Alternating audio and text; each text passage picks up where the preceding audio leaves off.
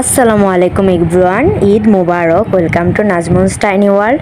কেমন আছেন সবাই? আশা করি সবাই ভালো আছেন। তো চলে আসলাম আজকে একটি পুডিংয়ের রেসিপি নিয়ে। আজকে অন্যরকম, কারণ এখানে আমি আজকে এভাপোরেট মিল্ক ইউজ করছি। এটা সাধারণত দুধটাকে জাল দিতে দিতে একদম শুকাই ফেললে যেটা হয়, এটাই হচ্ছে সেই মিল্কটা।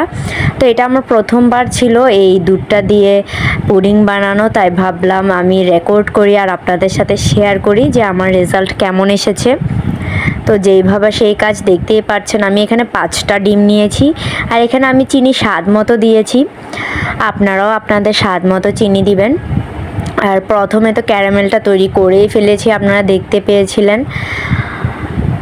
তো এখানে আমি খুব ভালোভাবে হাত দিয়ে এটাকে ব্লেন্ড করে দিচ্ছি। তারপরে এই যে দেখছেন আমার ভাইয়া আমাকে এটা হেল্প করেছে খুলে দিতে। তো এই দুধটা আমি দিয়ে দিয়েছি পুরোটাই, একদম সম্পূর্ণ ক্যানটাই আমি দিয়ে দিয়েছি। আমার কাছে মনে হচ্ছিল যদি ক্যানটা আমি সামান্য একটু দুধ রেখে দিতাম তাহলে মনে হয় 5টা ডিমের জন্য বেস্ট হতো। আমার এমনিতেই একটু বেশি মনে হয়েছিল দুধের পরিমাণটা। তো আপনারাও সেটা বাড়িয়ে কমিয়ে নেবেন আপনাদের সুবিধা অনুযায়ী। এখানে আমি একটু দুধ পাউডার দিয়ে দিচ্ছি যেন টেস্ট ভালো আসে। একটু বলতে গিয়ে আমি একটু বেশি দিয়ে দিয়েছি, কারণ আমার খুব মজা করে খেতে পুডিং ভালো লাগে। আর আমি বেশ কয়েক মাস বলবো যে অলমোস্ট অনেক মাস, প্রায় 1.5 বছর পরে আমি পুডিং বানাচ্ছি। আর আমি অসুস্থ ছিলাম এই সময়টায়, আমি তেমন কাজ করতে পারিনি। আর দেখতেই পাচ্ছেন এই যে এখানে ক্যারামেলটা। এখন আমি এটার মধ্যে এই দুধটা ঢেলে নিব। এই যে আমি এই দুধটা ঢেলে নিচ্ছি, তারপর আমি এটা ভাপে বসিয়ে দিব। এখন আমার কাছে মনে হচ্ছিল যে এটা পুরাটা দিলে একটু সমস্যা হবে, কারণ পাত্রটা ছোট, তাই আমি এটা আরও একটা বাটিতে নিয়ে নিয়েছি। তো আমি এটা এখন বসিয়ে দিব চুলাতে, আর সাইডে ছোট করে একটা বাটিতে বসিয়েছি। ওটা আমি পরে বসাবো, আপনাদেরকে দেখাচ্ছি যে আমি বসিয়ে দিলাম। তারপর আমি আপনাদেরকে দেখিয়ে দিচ্ছি চুলার আঁচটা কতটুকু। আমি লো টু মিডিয়ামের মধ্যে রেখেছি, বেশি আঁচ দেইনি। আর একটু পরপর কিন্তু চেক করবেন, কারণ পানি যখন বুদবুদ করবে তখন কিন্তু এই যে টিফিন বক্সটা সরে যেতে পারে। এই যে দেখুন আমি দেখাচ্ছি আমার টুথপিকটা একদম ক্লিন, তার মানে আমার পুডিংটা হয়ে গিয়েছে। এই যে সেই পুডিংটা দেখতেই পাচ্ছেন অনেক। আর ওই যে বাটির মধ্যে যেটা সেটাও বসিয়ে দিয়েছিলাম। এখন আমি আপনাদেরকে পুডিংটা আনমোল্ড করে দেখাচ্ছি।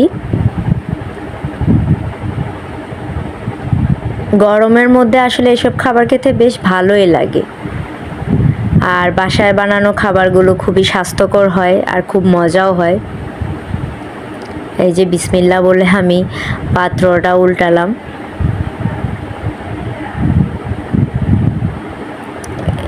এই যে মাশাআল্লাহ আমার পুডিংটা আউটলুক অনেক ভালো, আর খেতে কি বলবো এত মজা হয়েছে। আপনারা কিন্তু এইসব এভাপোরেট মিল্ক দিয়ে পুডিংটা বানিয়ে খেতে পারেন। আমি আপনাদেরকে অবশ্যই সাজেস্ট করব যে এটা দিয়ে বানিয়ে খান, খুবই মজাদার ছিল। আর সবাই ভালো থাকবেন, আমাদের সবার জন্য দোয়া করবেন। আমি আপনাদেরকে পুডিংটা কেটে দেখাচ্ছি যে পুডিংটা আসলে ভিতরটা কেমন হয়েছে সেটা আমি দেখাচ্ছি। অনেক সফট, কিন্তু দেখেছেন আমি এক টান দিয়ে কিন্তু পুডিংটা কেটে ফেলতে পারছি। সম্পূর্ণ পুডিংটাই একদম সফট, দেখতেই পাচ্ছেন আপনারা। আমার বেশি জোর দেওয়ার লাগছে না, খুবই স্মুথলি চলে আসছে। তো আমি আপনাদেরকে কেটে ভিতরেরটা দেখিয়ে দিব।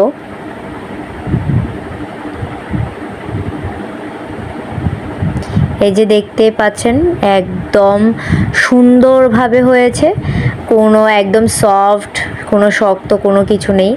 তো আপনারাও বাসায় এভাবে বানিয়ে খেতে পারেন, আপনাদের নিজস্ব পছন্দ অনুযায়ী চিনি বাড়িয়ে কমিয়ে নেবেন। ধন্যবাদ।